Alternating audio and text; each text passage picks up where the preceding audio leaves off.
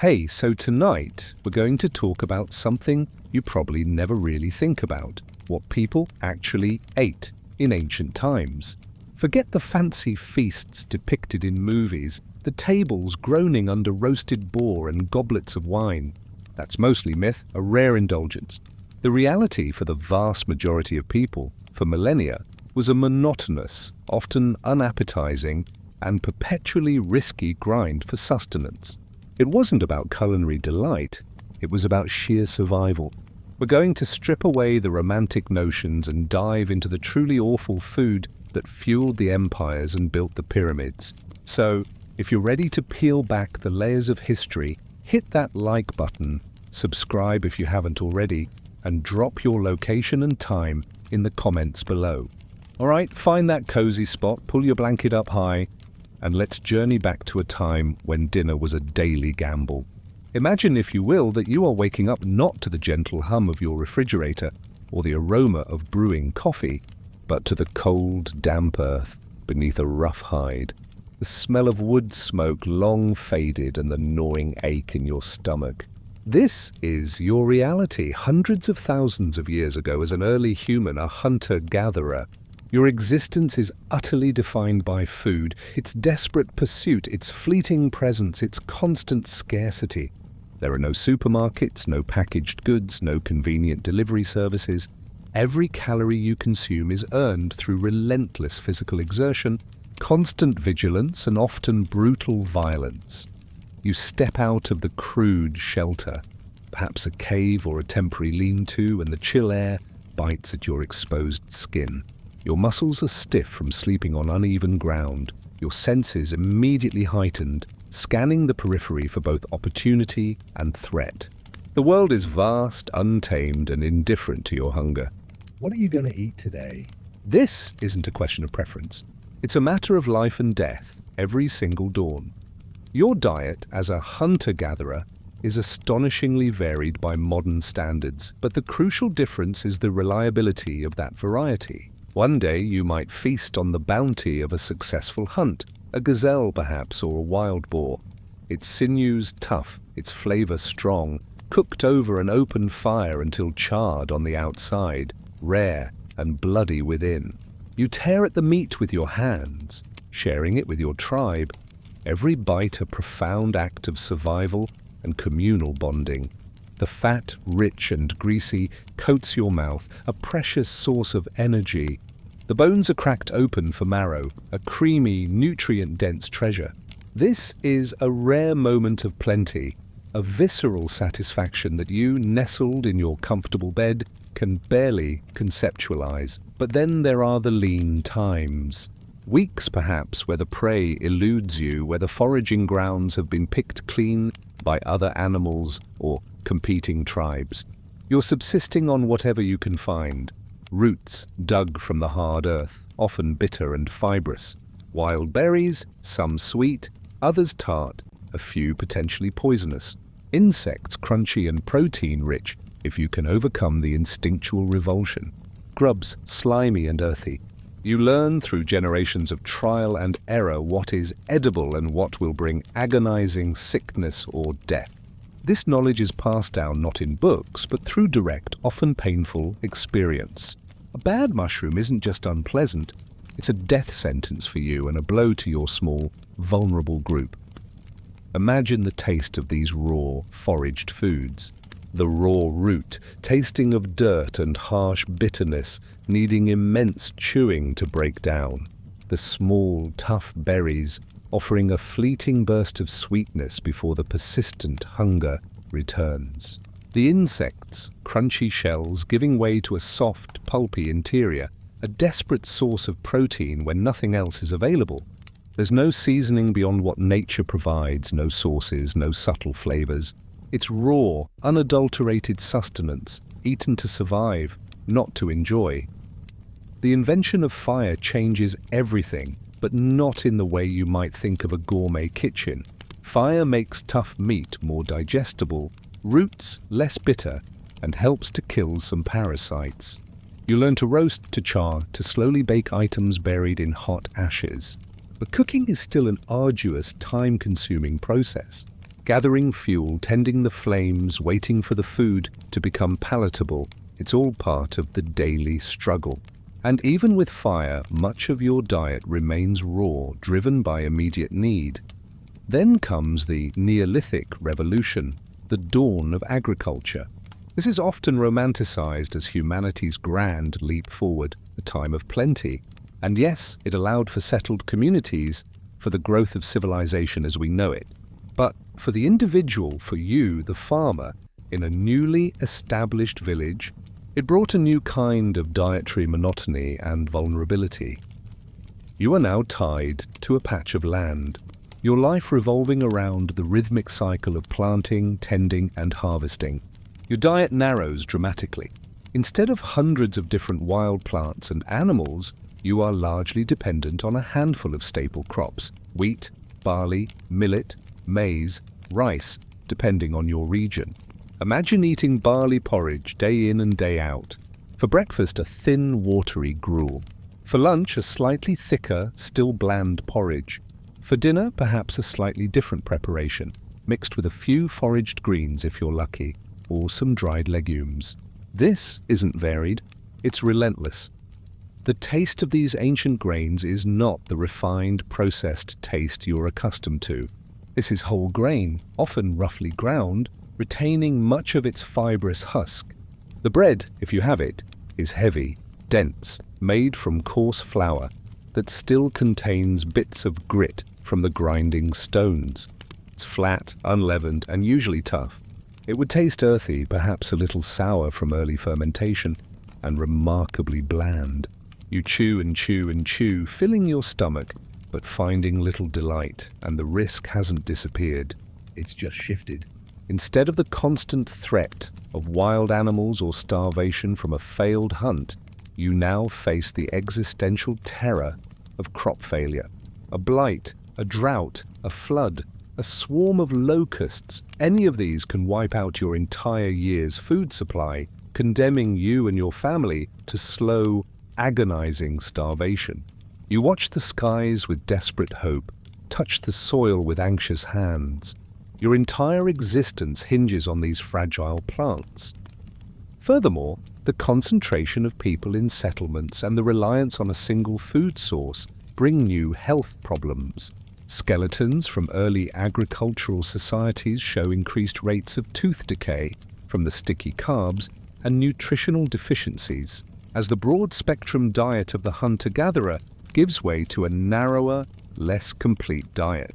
You are working harder, your body is stressed, and your food is often less nutritious. Think about the sensory experience. The constant smell of damp earth, unwashed bodies, and the faint tang of spoiled food is your everyday reality. The sound of grinding stones, the rustle of dry grain, the hungry cries of children. These are the soundscapes of your meals. The feeling of rough, unrefined grains on your tongue, the grit in your teeth, the heavy, leaden feeling in your stomach after eating a large bowl of gruel. This is what sustains you. You are a cog in a larger machine now, a part of a community striving for survival. Your life is dictated by the sun and the soil, and your meals are a reflection of that hard reality. There is no joy in eating, only the profound, animalistic drive to fill your belly and survive another day. The raw brutality of the hunter-gatherer's life has given way to the monotonous, back-breaking toil of the early farmer, and the food on your plate reflects every bit of that transformation. It's not just awful in taste, it's awful in its implications. The constant labor, the omnipresent risk of famine, the narrowness of existence it represents. As you drift closer to sleep, consider the sheer, primal effort that went into every single bite of food that built the foundations of our world. Roll forward in time, perhaps to the sun-baked plains between the Tigris and Euphrates rivers, the very cradle of civilization, Mesopotamia. You are no longer just a struggling farmer. You are part of a bustling, burgeoning city-state, one of the earliest urban dwellers. Your life is governed by kings, priests, and the unforgiving rhythms of the great rivers that bring both life and catastrophic floods. But one thing remains constant: the struggle for sustenance and the sheer monotony of your diet. Your entire civilization is built upon a single, humble grain, barley. It's hardy, resilient, and thrives in the alluvial soil. So day in and day out, your life revolves around barley.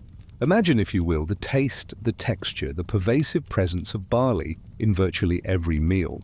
It's not the pearl barley you might sparingly use in a soup today. This is the raw, unhulled, ancient grain, often roughly ground. Coarse and tough. Your morning meal, if you're lucky enough to have one, Is most likely a thick barley porridge cooked with water, perhaps a pinch of salt if it's available and you can afford it.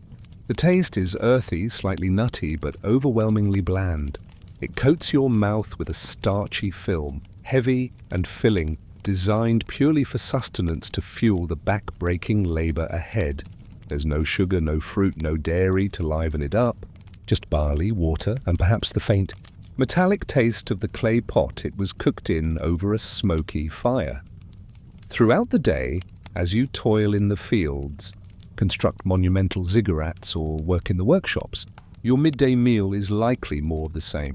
Perhaps a flatbread, dense and heavy, made from coarsely ground barley or emmer wheat flour. It's cooked on a hot stone or in a simple oven tasting of smoke and grain, utterly devoid of the airy texture or complex flavors of modern bread. You chew it slowly, your jaw aching, each bite a conscious effort to break down the tough fibers. It's dry, it's chewy, and it's meant to fill your gut with bulk, not delight your palate. Evening brings little relief from the barley onslaught. Your main meal might be a barley stew, perhaps with some lentils or chickpeas if they were part of the harvest, and a handful of wild onions or leeks gathered from the riverbanks. Meat is a luxury almost unimaginable for you, the common laborer. If you're truly fortunate, a small, tough fish from the river might be added, its bones picked clean, its muddy flavor barely masked by the stew's watery broth. The stew is thin, often watery, seasoned primarily with salt and whatever wild herbs might be available. It warms your stomach, provides essential calories, but it's a far cry from a comforting, flavorful meal. But there's one more ubiquitous element to the Mesopotamian diet that might surprise you: beer. And it's not the crisp, clear, alcoholic beverage you know. Ancient Mesopotamian beer was thick, murky, and often consumed by everyone, including children, as a safe source of hydration and calories, since water could be notoriously unsafe. It was essentially liquid bread, fermented barley gruel, often drunk through straws to avoid the bits of husk and sediment floating within. Imagine slurping a warm, slightly sour, grainy concoction. It was probably less about getting drunk and more about getting sustenance, a caloric boost in a world where food was precious. It would have a heavy, yeasty, almost malty flavor, but with an underlying earthiness and bitterness from the unprocessed ingredients. Salt was vital, not just for flavor, but for preservation. Meat, if you ever had it, or fish, would be heavily salted and dried in the scorching sun, becoming tough and intensely briny. Vegetables were seasonal, and very few varieties were cultivated. Dates were a prized commodity, a source of sweetness and energy, but again, a luxury for most. Your access to anything beyond the staples was determined by your social standing, and for you, the common person, variety was a rare, fleeting visitor. Think about the sheer physical effort involved in preparing this food. Grinding grain by hand with a heavy stone quern is arduous, back-breaking work, day after day, year after year. Lighting and maintaining a fire, fetching water from the river or wells, cleaning and processing what little you have, it's an endless cycle of labor even before you've taken a bite. and the hygiene? Non-existent by your standards. Flies buzz around, dust settles on everything, and cooking vessels are rarely scrubbed clean with soap. Food contamination, parasites, and foodborne illnesses are a constant, terrifying risk. A stomachache isn't just an inconvenience. It can quickly lead to dehydration and death in a world without medicine. Your body aches from the endless toil, your spirit weary from the monotony, but you eat because you must. You eat the barley porridge, the flatbread, the watery stew, sip the thick beer, because this is what nourishes the muscles that build empires, that plough the fields, that keep the intricate machinery of civilization turning. There is no concept of a treat or indulgence in your daily life. Every meal is a functional refueling, a necessary, often unpleasant, act of survival. You live with the constant underlying anxiety of the harvest. Will the rivers flood too much or not enough? Will pests devour the precious barley? Will invaders sweep through, destroying your crops and stealing your stores? Your food supply is never truly secure, never taken for granted. The abundance of modern supermarkets, the endless aisles of choices, the certainty that food will be there tomorrow. These are utterly alien concepts to you as you drift off. Let the earthy, bland taste of ancient barley fill your imagination. The heavy feeling of it in your stomach, the ceaseless grind of preparing it. This is the food that built the first cities, that sustained the first kings, and that powered the lives of millions who toiled beneath the Mesopotamian sun. Their lives a testament to sheer resilience in the face of pervasive scarcity and relentless, uninspiring sustenance. Now, let's journey along the currents of time and the mighty Nile to ancient Egypt. You are not a pharaoh enjoying lavish banquets, nor a high priest feasting on sacrificial offerings. You are one of the millions who toiled beneath the relentless Egyptian sun, a farmer, a craftsman, a builder of monumental tombs. Your life, like the rhythm of the Nile, is utterly cyclical, and your diet reflects the gifts and limitations of this unique river valley. Your staple foods, like Mesopotamia, are overwhelmingly grain-based, emmer wheat and barley. These form the bedrock of every single meal, day in and day out. Imagine a life where bread and beer are not just dietary components, but the absolute non-negotiable foundations of your existence. Your day begins, if you're lucky, with a piece of flatbread. This isn't the soft, airy, yeasty bread you know. This is heavy, denser, and often quite coarse. The emmer wheat used was difficult to thresh, meaning the flour was often full of grit, from the grinding stones and bits of the tough outer husks. Imagine chewing a piece of bread that literally grinds down your teeth over a lifetime. Ancient Egyptian mummies often show severely abraded teeth, sometimes worn down to the pulp cavity, from this gritty diet. The taste? Earthy, perhaps a little sour from slow fermentation, utterly without butter or jam or any topping you could dream of. It's dry, requiring immense chewing and probably a swig of water, or more likely, beer, to wash it down. And speaking of beer, it's not just a drink for celebrations. It's a core part of your daily caloric intake. Like the Mesopotamians, the Egyptians brewed a thick, nutritious beer from barley, a fermented gruel that was both food and drink, rich in B vitamins and safer to consume than often contaminated Nile water. It's opaque, probably quite sweet and malty, but also yeasty and thick, often containing bits of grain. You wouldn't drink it for pleasure alone. You drink it for energy, for hydration, and for its safety. It's a fundamental part of your ration, a cornerstone of your diet. So, your meals consist of bread and beer. What else? For the vast majority, variety is a luxury. Lentils and chickpeas are common, providing much-needed protein and fiber, boiled into a simple gruel or added to a thin stew. Onions and garlic are abundant, grown in the fertile Nile mud, offering pungent flavor and some vitamins. You eat them raw, sharp and biting, or cooked into your meager stews. Green vegetables like lettuce, leeks, and some forms of cabbage might make an appearance if you are fortunate enough to grow them or buy them from a market. They are often eaten raw, perhaps dipped in a little oil if you can afford it. Meat is exceedingly rare for you. Cattle and sheep are valuable beasts of burden or sources of milk, which wouldn't last long in the heat anyway, not common dinner items. Pigs are sometimes raised, but often seen as unclean. If you eat meat, it's likely tough goat or mutton, or perhaps poultry like ducks or geese, tough and stringy, cooked slowly in a simple stew. For most, the main source of animal protein comes from the Nile itself, fish.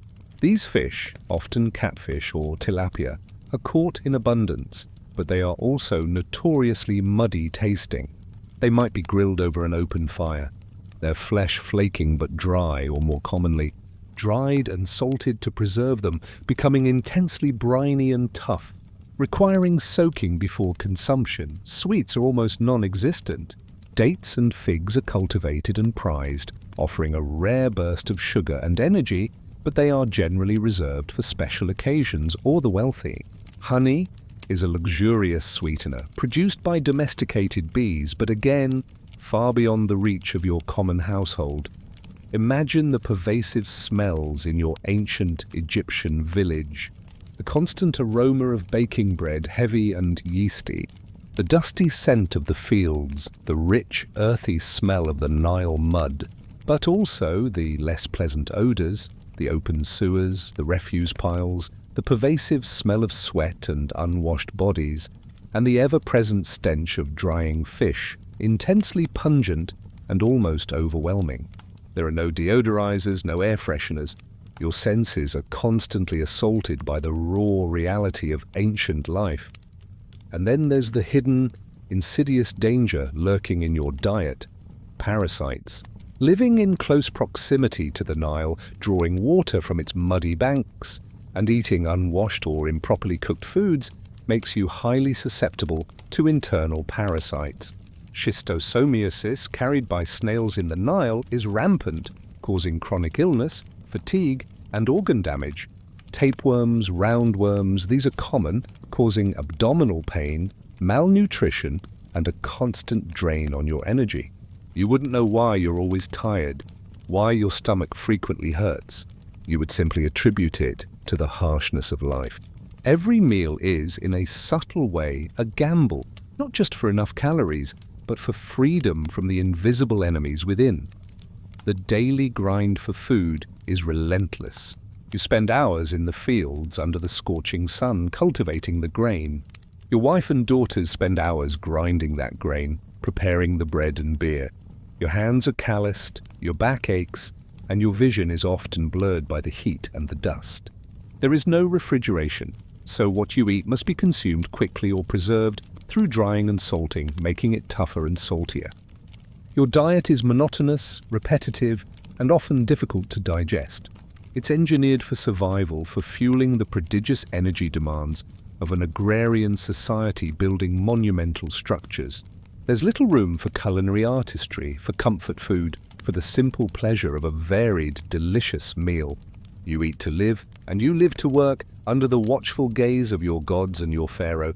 As you close your eyes, consider the taste of that gritty bread, the thick, yeasty beer, the muddy fish, and the ever-present fear of hidden parasites. This is the sustenance that built the pyramids, that allowed a civilization to flourish for thousands of years, all while you, the common Egyptian, endured a diet that was, by your standards, not just basic, but profoundly awful, a testament to resilience forged from necessity.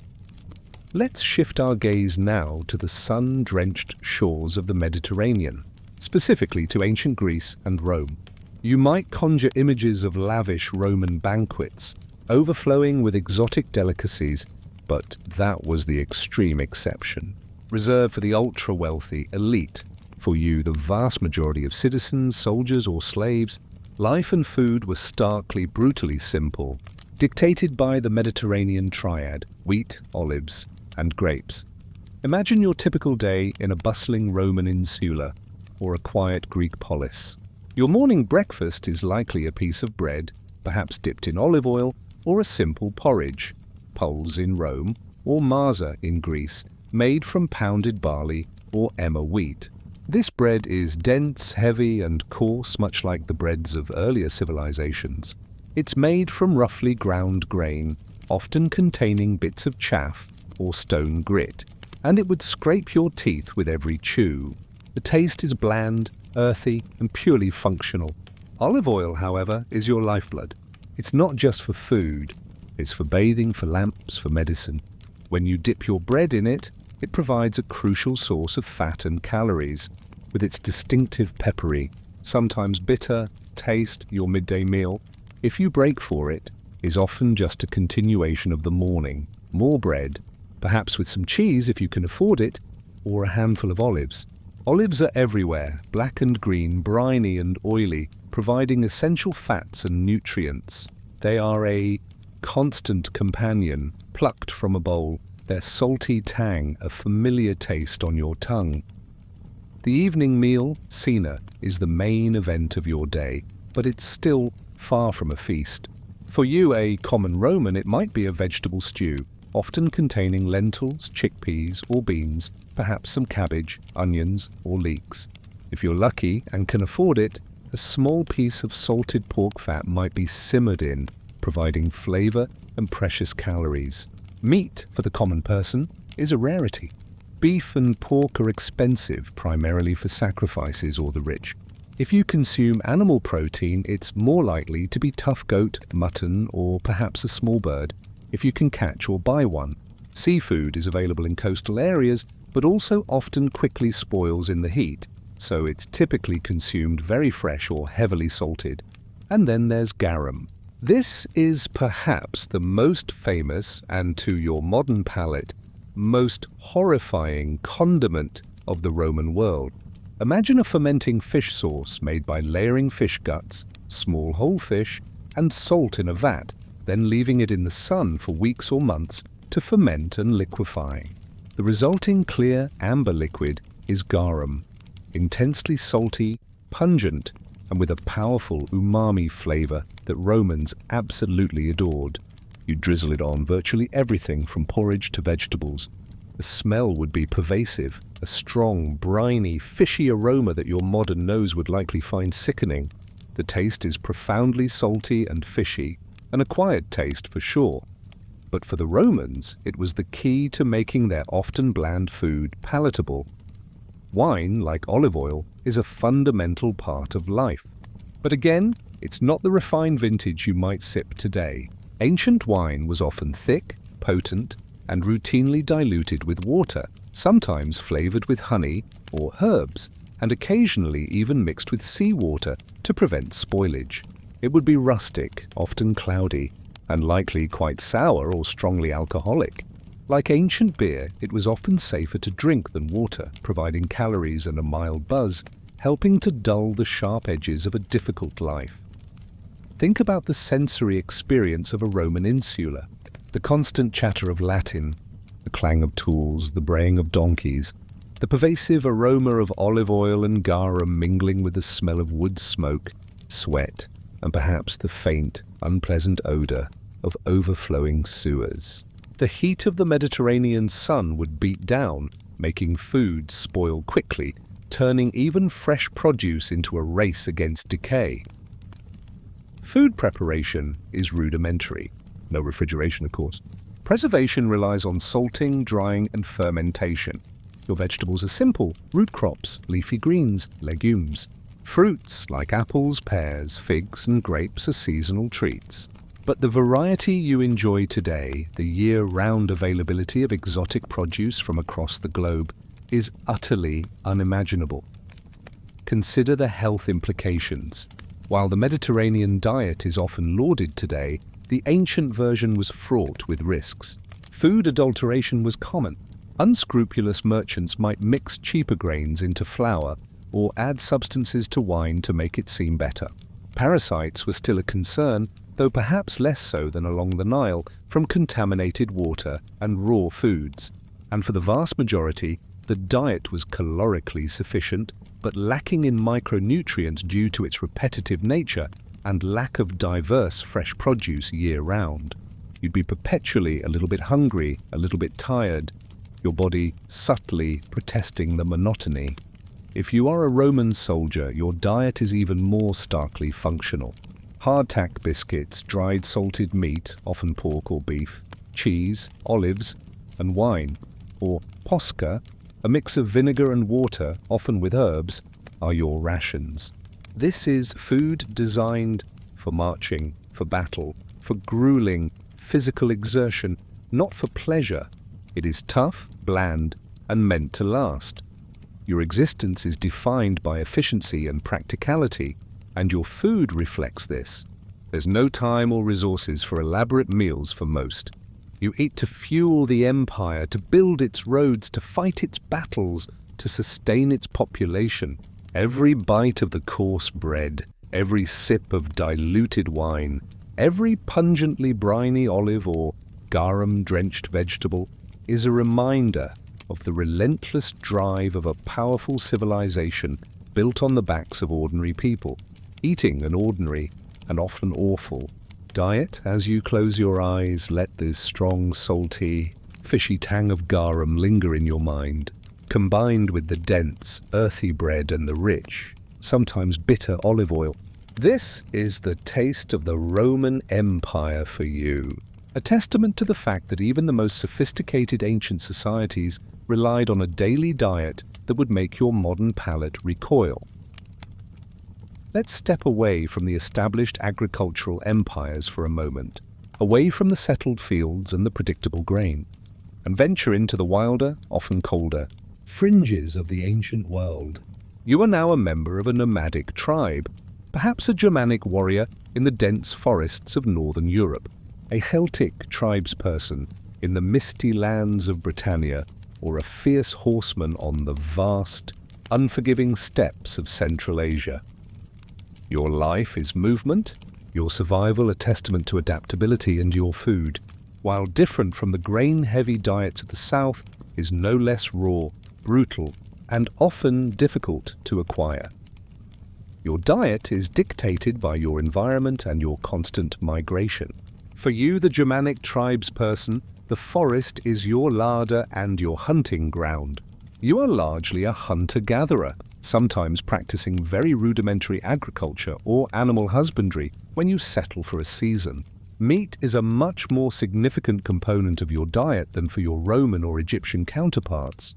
Wild boar, deer, elk, bear, these are your prize catches. Imagine the thrill of the hunt, the primal adrenaline coursing through your veins as you track a massive boar through the undergrowth. The clash of spear against tusks, the ultimate victory of bringing down the beast. When a large animal is killed, it's a feast. But it's a feast of necessity, not indulgence. You would quickly butcher the animal, not wasting a single part. The meat, tough and gamey, would be roasted over a roaring fire, perhaps wrapped in leaves or packed with clay and buried in hot embers.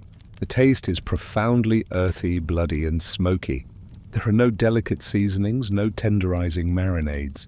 You tear at the cooked flesh with your hands, your teeth, every sinew a testament to your strength and the animal's resistance. The fat, rendered and rich, would be devoured with relish, a critical source of calories in a cold climate. The organs, liver, heart, kidneys, are considered delicacies, nutrient-dense and quickly consumed. Bones are cracked open for marrow, a creamy, savory treat. This is food that provides raw power, fueling your strength and resilience. But even with more meat, your life is still one of persistent hunger. Hunting is unpredictable and success is never guaranteed. There are long stretches where meat is scarce and you rely heavily on what the forest provides: berries, nuts, roots, wild greens, fungi. These are gathered with expert knowledge passed down through generations. Imagine chewing on a bitter root dug from frozen earth, its only virtue being that it staves off the worst pangs of hunger, or the brief, intense sweetness of wild berries, a fleeting pleasure quickly consumed. If you are a steppe nomad, life revolves around your herds, horses, sheep, goats, perhaps camels. Your diet is dominated by meat and dairy products. You are almost constantly on the move, following your animals to fresh pastures. Your milk is not just for drinking. It's fermented into various products like kumis, fermented mare's milk, a slightly alcoholic, tangy, and refreshing beverage that is also highly nutritious. Your cheeses are hard, dried, and incredibly salty, designed to be portable and long-lasting. Meat, when an animal is slaughtered, which is done carefully, rarely, and with reverence, is often dried into jerky-like strips or boiled into simple, nourishing stews. Imagine the smell of a roaring fire, the taste of tough, dried meat, intensely savory and chewy, slowly rehydrating in your mouth, its saltiness making your tongue tingle. Vegetables and grains are scarce for you on the steppes. You might trade for them when you encounter settled communities, but they are never a staple. This reliance on animal products makes your diet rich in protein and fat, but also potentially lacking in certain vitamins if you don't get enough variety from foraged wild plants or organ meats. For the Celts of Western Europe, your diet shares elements of both the forest hunter and the early farmer. You cultivate some grains like barley and oats, which you might make into gruel or coarse bread. But hunting, fishing, and foraging are still incredibly important.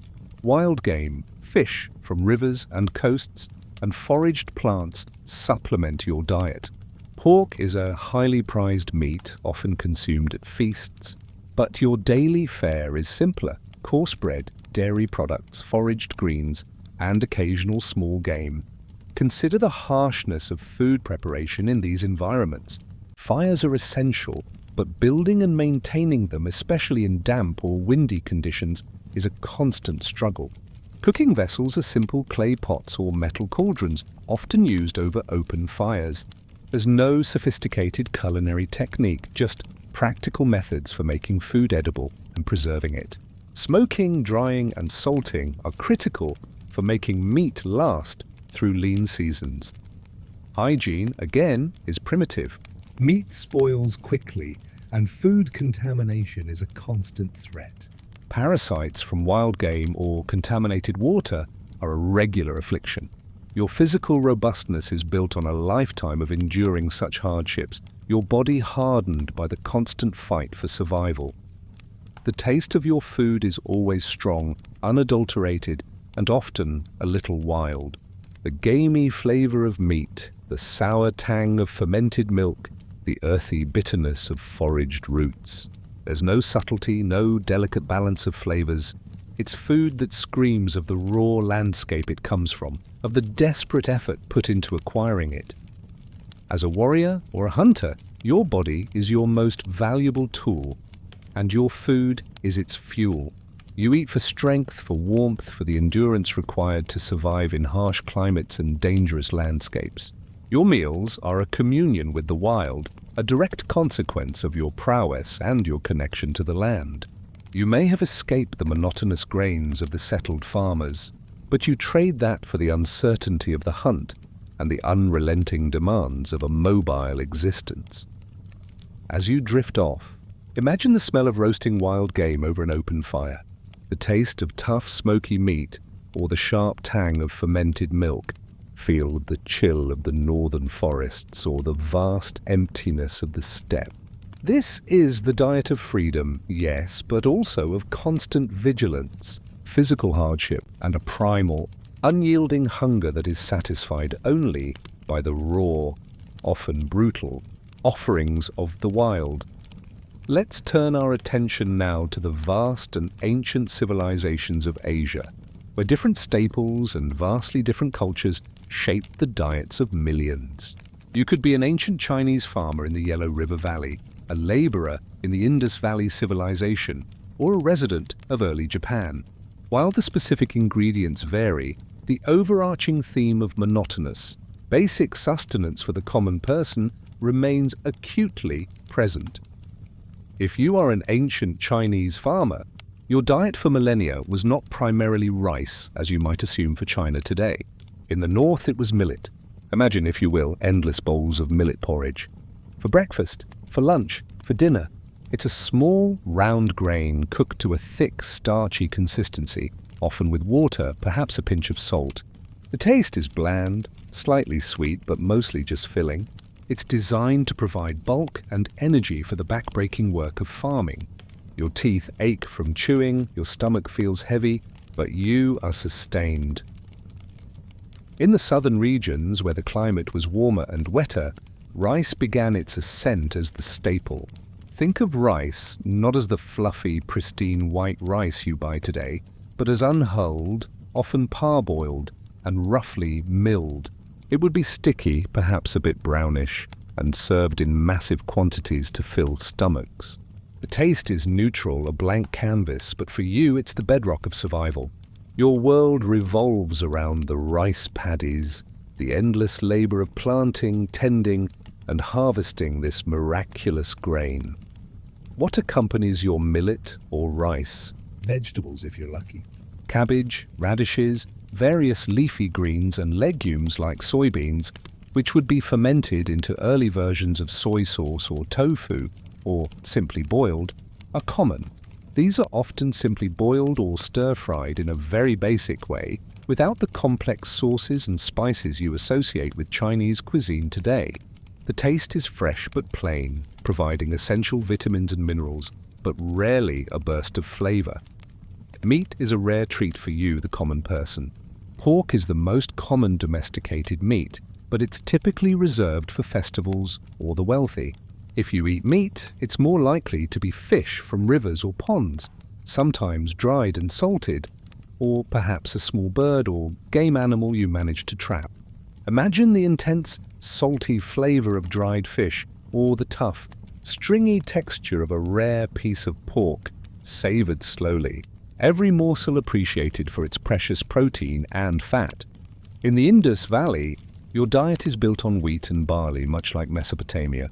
Flatbreads, simple stews of lentils and vegetables, and perhaps some dairy products from domesticated cattle are your daily fare. The bread is coarse, heavy, and earthy. The stews are bland, seasoned minimally, and designed for functionality. The concept of tea as a daily beverage doesn't emerge until much later in Chinese history. For you, hydration comes from water, often boiled, a wise practice, even if the reasons weren't fully understood. Or simple fermented beverages. Consider the sheer scale of effort involved in feeding these vast populations. Irrigation systems, ploughing, planting, harvesting, it's all done with basic tools driven by manual labor. Your body is a machine fueled by these simple, repetitive staples. The threat of famine is ever present. A drought, a flood, a pest infestation. Any of these can devastate your harvest and condemn you to starvation. You watch the skies with trepidation, praying for favorable weather, your life utterly dependent on the bounty of the earth. The smells of your ancient Asian village or city are a mix of wood smoke, damp earth, fermenting grains, and the rich, sometimes overwhelming, aroma of human and animal waste. The sounds are the constant chatter of voices, the rhythmic thump of grain being pounded, the creak of wooden carts. Your world is one of constant sensory input, much of it harsh and uncompromising. Food preservation techniques are crucial. Drying grains, salting and drying fish, fermenting vegetables. These methods are perfected over centuries to ensure some food supply through the lean months. But even with these, spoilage is a constant battle. Contaminated food, unseen bacteria, and parasites from unwashed produce or improperly cooked meat are a regular part of life, causing widespread illness and death without any understanding of their cause. Your life is one of quiet endurance, a profound respect for the land and the harvest. Your food is not a source of pleasure or creativity. It is the silent strength that keeps you going, that allows you to contribute to the construction of grand dynasties, to the creation of profound philosophies, to the very fabric of complex societies. You eat what you must, you survive, and in doing so, you lay the foundations for future generations. As you drift closer to sleep, let the taste of bland millet porridge or sticky, unrefined rice fill your imagination, accompanied by the occasional taste of plain, boiled vegetables or a rare tough piece of fish. Feel the heavy, sustained fullness in your stomach. This is the sustenance that powered the great empires of Asia, a testament to resilience, monotony, and the quiet, persistent struggle for survival against the backdrop of an often unforgiving natural world. Now let's cross vast oceans and millennia to the vibrant, mysterious civilizations of Mesoamerica, the Maya, the Aztec, and the Inca. Here, far removed from the wheat and barley of the Old World, a new king reigns supreme over the ancient dinner plate, maize or corn. For you, living in the dense jungles or high mountain valleys, your diet is a testament to ingenious agriculture and a stark reality of incredibly limited protein sources. Imagine waking up in a thatched hut in a Mayan village. The air is humid, thick with the scent of damp earth, wood smoke, and the ever-present sweet, earthy smell of mesa, ground corn dough. Your day, your life, your very existence revolves around maize. It's not just food. It's sacred, a gift from the gods, the very substance from which humanity was created according to some beliefs. Your breakfast, lunch, and dinner are likely variations on a single theme. Tortillas, not the soft, uniform tortillas you might find today, but thicker, coarser, made from nixtamalized corn. Nixtamalization is the ingenious process of soaking and cooking corn in an alkaline solution, usually lime water, which makes the crucial nutrient niacin bioavailable, preventing pellagra. It also makes the corn easier to grind and improves its flavor. But even with this remarkable innovation, your tortillas are dense, chewy, and purely functional. You eat them plain, or perhaps dipped in a simple chili sauce. Their taste a comforting, slightly sweet, earthy flavor that is utterly ingrained in your palate. Alongside tortillas, you eat beans. Black beans, pinto beans, kidney beans, simmered slowly, seasoned with chili, perhaps a little salt. They are a vital source of protein and fiber, a perfect complement to the corn, creating a complete protein profile. But again, it's a repetitive pairing, tortillas and beans. Beans and tortillas, day in, day out. Squash, pumpkins, and a variety of chili peppers provide the bulk of your vegetable intake. These are often roasted, boiled, or stewed with your beans. Tomatoes, avocados, and various fruits like papayas and guavas are seasonal treats, providing much-needed vitamins and sweetness when available. Cacao beans, the source of chocolate, are highly prized, but for you, the common person, chocolate is not a sweet indulgence. It's a bitter, unsweetened drink, often spiced with chili, reserved for ritualistic purposes or for the elite. Imagine drinking a thick, unsweetened, chili-spiced liquid. It's bracing, stimulating, but far from the hot chocolate you know.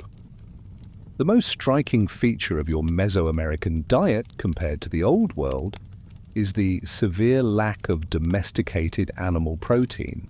There are no cows, pigs, sheep, or goats. Your main sources of meat are turkeys, dogs, specifically bred for food, not pets, and in some regions, guinea pigs, especially in the Andes for the Inca. These are precious animals, carefully raised and consumed only occasionally or for special feasts. Imagine the taste of tough, gamey turkey, perhaps roasted over an open fire, or the unfamiliar flavor of dog meat, usually stewed. For most, meat is a rare and highly anticipated event. What else provides protein? Fish, if you live near a coast or a lake, but also insects. Grubs, ants, grasshoppers, and other insects are a common, nutritious, and readily available food source. Imagine the crunch of roasted grasshoppers, their earthy, slightly salty flavor, or the soft texture of a grub, a desperate source of sustenance in a landscape that offers little else in the way of animal protein. Food preparation is arduous. Grinding corn on a metate, a stone grinding slab, is back-breaking work, often done by women for hours each day.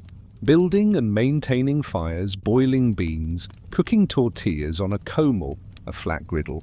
It's all manual labor, driven by the constant need to feed your family. There's no refrigeration, so freshness is paramount. What you harvest or catch must be consumed quickly, or dried in the sun.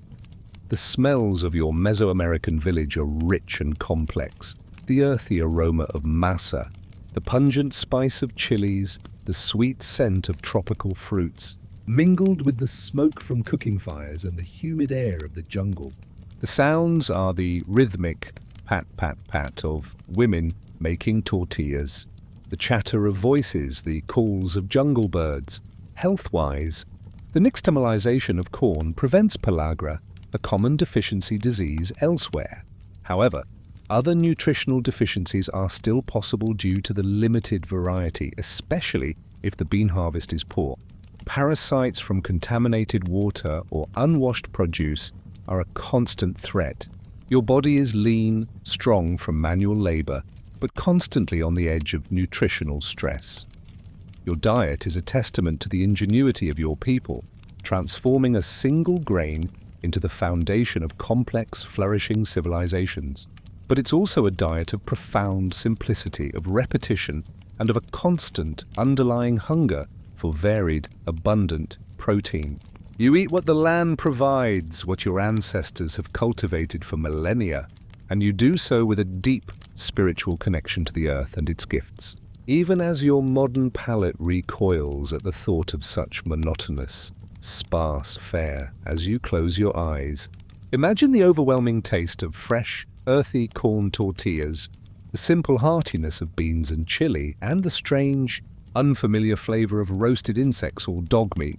Feel the heavy, satisfying bulk in your stomach, knowing that this simple, often awful food powered the intricate pyramids, the complex calendars, and the vibrant cultures of ancient Mesoamerica, a world built on maize and the sheer resilience of its people.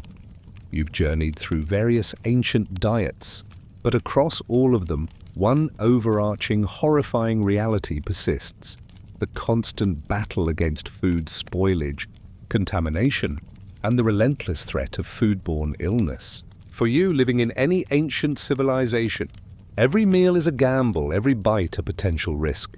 And the science of food preservation is a desperate, often rudimentary, fight against decay and death. Imagine your kitchen. It's not the sterile, climate-controlled space you know. It's an open-air area, perhaps a corner of your home or a communal space. There's no refrigeration, no airtight containers, no insect screens. Flies buzz constantly, dust settles, and various rodents or insects are always trying to get into your meager stores. The ambient temperature, especially in warmer climates, accelerates spoilage dramatically. So how do you make food last? The primary methods are salting, drying, and fermentation. Salting. This is a miracle for preservation, but it comes at a taste cost. Imagine a piece of meat, perhaps a tough goat, a fish, or even a rare piece of beef. To preserve it, you meticulously rub it with vast quantities of salt, often burying it in salt beds or soaking it in strong brine. The salt draws out moisture, creating an environment where bacteria struggle to grow, but the result is intensely, overwhelmingly salty. You would have to soak and rinse this meat repeatedly before cooking, trying to reduce its salinity, but the taste of brine would forever be ingrained in its fibers. It's tough, chewy, and its original flavor is almost entirely masked by salt. It keeps you alive, but it's far from enjoyable. Drying. This is perhaps the most universal method. Grains are dried in the sun and stored in ceramic pots or granaries, hoping to keep out moisture, insects, and rodents. Meat and fish are cut into thin strips and hung in the sun or over slow-burning fires. Imagine strips of dried meat, hard as leather, intensely chewy, its flavor concentrated and gamey. Dried fish would be brittle, pungent, and so salty it would make your mouth pucker. Fruits, like figs or dates, are dried, becoming intensely sweet and sticky, a welcome caloric boost. Dried vegetables, like legumes, become hard and require long soaking and cooking. While effective, drying often changes the texture and flavor of foods dramatically, making them tough, concentrated, and sometimes less palatable. Fermentation. This is an ancient art, turning perishable goods into stable, nutritious, and sometimes safer foods. Think of bread, beer, wine, cheese, yogurt, garum, or various pickled vegetables. Fermentation creates acids, alcohol, or other compounds that inhibit spoilage bacteria. But ancient fermentation isn't the controlled, precise science of today. It's often done with wild yeasts and bacteria, meaning results can be inconsistent. Your bread might be sour and dense, your beer thick and grainy, your wine cloudy and unpredictable. Your pickled vegetables might be intensely sour or salty. While safer than raw alternatives, these fermented foods still carry risks and often have very strong, distinctive flavors that would challenge your modern palate. Beyond preservation, there's the sheer reality of decontamination. Your water source, whether a river, well, or cistern, is likely contaminated with bacteria and parasites. People would relieve themselves near water sources, animals would drink from them, and without proper sanitation, diseases like dysentery, cholera, and typhoid are rampant. This is why beer and wine were often safer choices in the fermentation process, killed many pathogens. But even so, unboiled water is a daily gamble. Your food, even if it starts clean, is exposed to everything. Dirt from the fields, dust from the air, flies landing on it, rodents scurrying over it at night. Without proper hand washing, a concept unknown for much of history, cross-contamination from raw meat or unwashed hands is inevitable. Your body is a constant battlefield against invisible invaders. The result? Pestilence. Foodborne illnesses are a leading cause of death and chronic sickness. You would experience frequent bouts of stomach cramps, vomiting, and diarrhea. This isn't a minor inconvenience. In a world without rehydration salts or antibiotics, severe diarrhea can quickly lead to fatal dehydration, especially for children. Parasitic worms, tapeworms, roundworms, flukes are ubiquitous. You might be constantly tired, malnourished, and have chronic abdominal pain, all caused by parasites living inside you, feasting on your nutrients. This isn't just about the taste of the food. It's about the very real, visceral experience of your body being under constant attack from the food you eat to survive. Imagine the smell of food that's just on the verge of spoiling. A sour tang, a faint ammonious smell, a slightly putrid odor.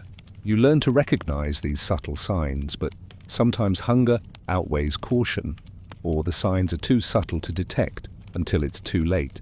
Food waste is not an option in a world of scarcity, so you often push the limits, eating things that your modern self would instantly discard. Your life is a continuous lesson in resilience, A daily act of defiance against the pervasive threat of hunger and illness. The awful taste and texture of much ancient food is only part of the story. The lurking danger, the silent killers that turn sustenance into sickness, are the truly terrifying elements of this historical culinary journey.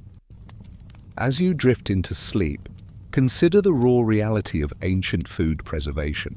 The intense saltiness, the leathery dryness, the pungent fermentation, and the constant nagging fear of illness from every mouthful. Feel the weight of that knowledge, the daily vigilance required just to stay alive. A profound contrast to the pristine, safe food you find on your plate today. You've journeyed through the millennia, tasted the gritty bread of Egypt, the thick barley beer of Mesopotamia, the garum-drenched vegetables of Rome, the gamey meat of the northern forests, and the sacred maize of Mesoamerica. You felt the pangs of hunger, the monotony of a repetitive diet, and the pervasive fear of famine and foodborne illness. Now, as our historical journey draws to a close, let's bring it all back to your modern, comfortable reality. The first thing you must realize, truly, is the sheer effort involved in every single meal. For you, an ancient person, food was not a convenience. It was a constant, all-consuming project.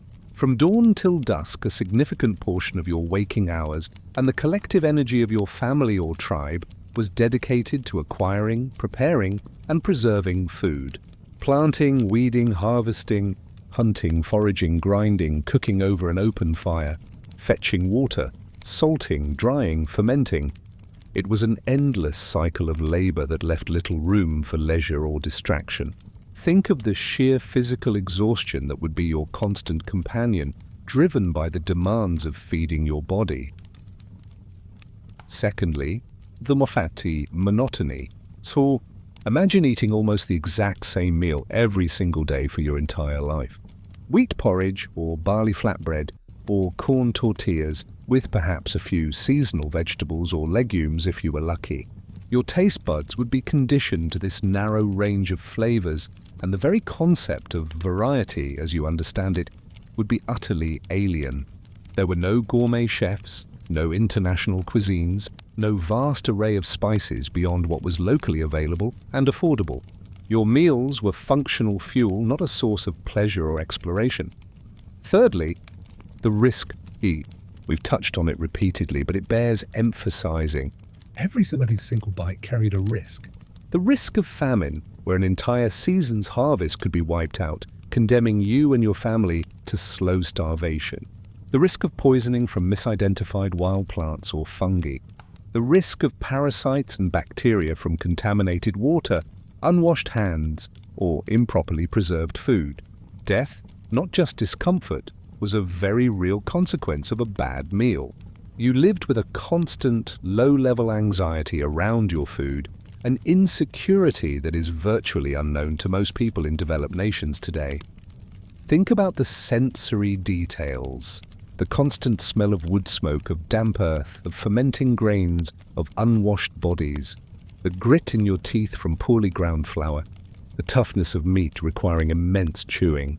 The overpowering saltiness of preserved fish.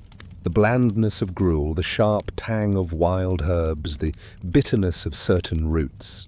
Your ancient palate was accustomed to flavors that were often raw, unrefined, and intense, far from the nuanced, balanced flavors you seek in modern cuisine.